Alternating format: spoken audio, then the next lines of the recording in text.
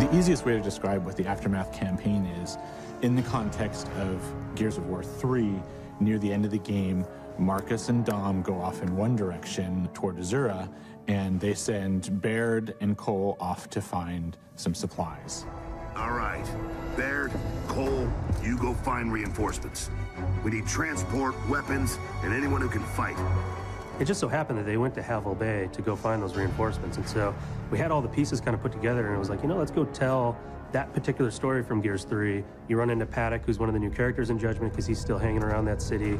Only COG soldiers are this noisy. Paddock? That sidearm can go back where you found it. I think it's really neat to see Paddock inserted into this point in the timeline of the Gears story. And it takes you back, and I think it's a point in time that everyone's going to be excited to see. Ultimately, it's a reward for fans. Paddock is a Groznian guy. He's kind of the grizzled veteran, former UIR soldier, right? So yeah, he was opposing the COG in the Pendulum Wars, and then when the treaty was signed, right around the time of Emergence Day, he came over to fight for the COG. Again, it's just a continuation of the story, and just peeling back the onion layer just a little bit deeper to see what else happened during that traumatic time.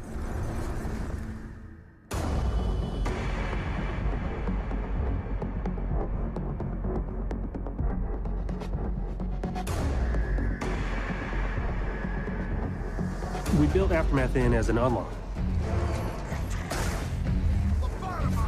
And so to unlock it, you earn stars.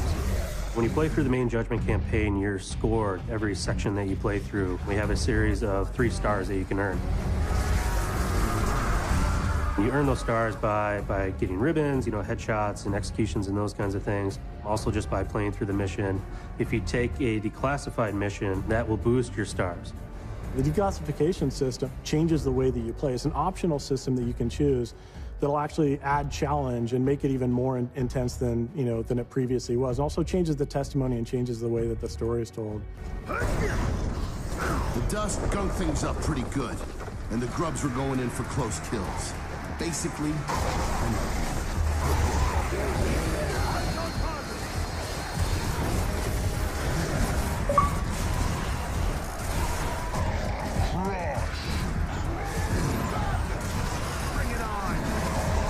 the very core, the very foundation of what we're trying to do in Judgment is all built on intensity. What led up to that is we had a lot of feelings that games get a little bit too easy these days, right? It's more about the experience as opposed to the challenge.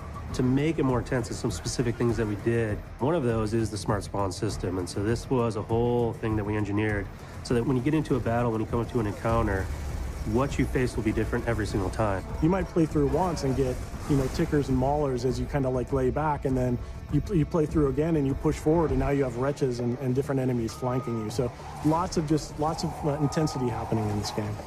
Systems like the Smart Spawn system are really cool for us as designers. I mean, yes, it's a challenge because it forces us to think in a different way.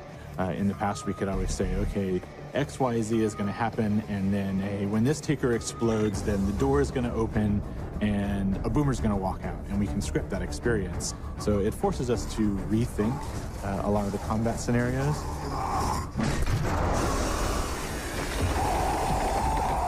In a way, I really like that because it gave us the ability to put more story and more context into the environments and into the world itself, which really helps bring the universe to life a lot more. And I think that's a much better story than anyone we could ever tell, because it's a story that the player themselves gets to tell and experience.